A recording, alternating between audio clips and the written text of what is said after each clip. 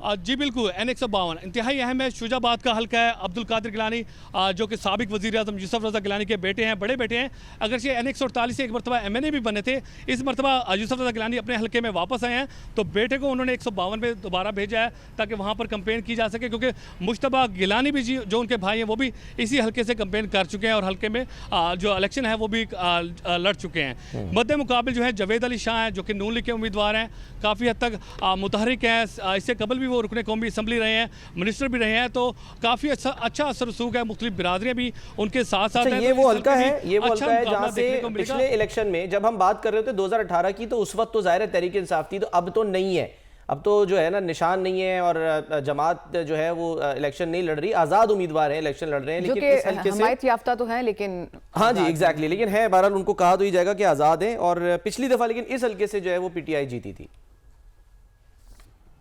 हाँ जी बिल्कुल, इस हल्के से जो है इब्राहिम खान जो है वो जीते थे, जो कि तहरीक इंसाफ के उम्मीदवार थे और अच्छे मार्जिन से उन्होंने ये इलेक्शन जो है जीता था और साबिक वज़ीर-ए-आज़म यूसुफ रज़ा गिलानी को ही हराया था उन्होंने। इस वक्त सूरत हाल ये कि उनको इलेक्शन लड़ने नहीं दिया, तो अब इमरान शौकत हैं जो तहरीक इंसाफ के प्लेटफॉर्म से इलेक्शन लड़ रहे हैं। यहाँ पर भी वोटर्स बड़ी तादाद में, लेकिन ये भी दही हल्का है। शख्सियत बड़ी मायने रखती है, क्योंकि लोग देखते हैं इलेक्टेबल्स कौन से हैं जो लोग आएंगे। अच्छा, जो 2018 के इलेक्शन की आप बात कर रहे हैं कि हारे तो थे गिलानी साहब, लेकिन मैं उसमें ये भी देख रहा हूं जो डाटा है कि जो PMLN के उम्मीदवार थे सैयद जावेद अली शाह, उनके और गिलानी साहब के दरमियान जो पीपल्स पार्टी के उम्मीदवार थे, मार्जिन बहुत कम था, नेक टू नेक था, यानी कि 74,443 पीपल्स पार्टी ने लिए और PMLN ने 73,218 वोट लिए थे उस वक्त।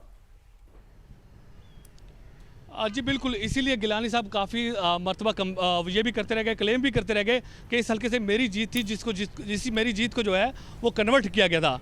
इसीलिए इस मरतबा दोबारा वो मैदान में उतरे। अगरचे हल्का चेंज किया है तो उनका टेम्पो काफ़ी हद तक अच्छा है पड़ा। वो कार्नर्स मीटिंग भी कर रहे हैं और इसके साथ साथ जलसे भी कर रहे हैं, जो उनसे हो सकता है, जो जोड़ तोड़ हो सकती है, क्योंकि जोड़ तोड़ के गिलानी साहब जो है वो बादशाह हैं, वो अच्छे अंदाज से लोगों को कन्विंस कर लेते हैं। तो न सिर्फ वो इसलिए अपनी कैंपेन कर रहे हैं, बल्कि इसके साथ साथ अपने बेटों की कैंपेन भी, अली हैदर गिलानी की भी कैंपेन कर रहे हैं, अब्दुल कादिर गिलानी की भी कैंपेन कर रहे हैं और इसी तरह से अली मुसक गिलानी की भी कैंपेन अच्छे अंदाज से कर रहे हैं। बल्कि बेटों को जो है प्रॉपर गाइड भी किया जाता है कि फ़लाँ बंदे से मिलने तो वो आपका मसला हल कर देगा, फ़लाँ बिरादरी आपके साथ चल पड़ेगी। तो इस तरह से प्रॉपर रहनुमाई जो है यूसुफ रज़ा गिलानी बेटों की कर रहे हैं।